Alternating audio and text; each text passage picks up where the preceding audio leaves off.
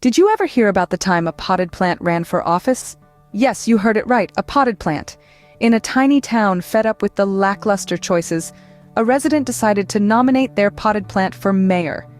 Now, you might think this is a joke, but the leafy candidate didn't just participate, it garnered a surprising number of votes. So next time you think your vote doesn't matter, remember the potted plant that almost became a mayor. How about that time when a spelling error changed the course of an election? Now, we've all had our own spelling blunders, but imagine if a simple spelling mistake turned a local election on its head. Well, that's exactly what happened in a small town not too far from here. In a classic case of you had one job, someone messed up the spelling of a candidate's name on the ballot paper. Instead of voting for John Smith, the good folks of this town ended up casting their votes for Joan Smith. Now here's the twist, folks. Joan, who was just minding her own business, suddenly found herself in the hot seat. And guess what? She turned out to be a fantastic leader. She led the town to prosperity, much to the surprise and delight of its residents. So remember, always double-check your spelling.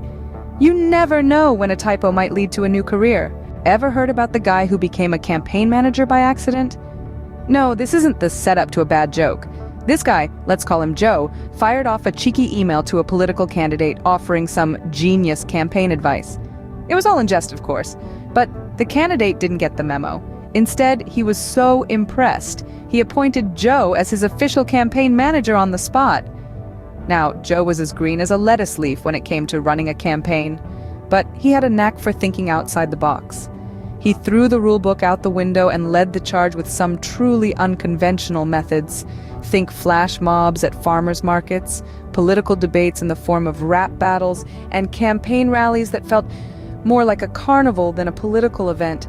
And guess what? It worked! The candidate won!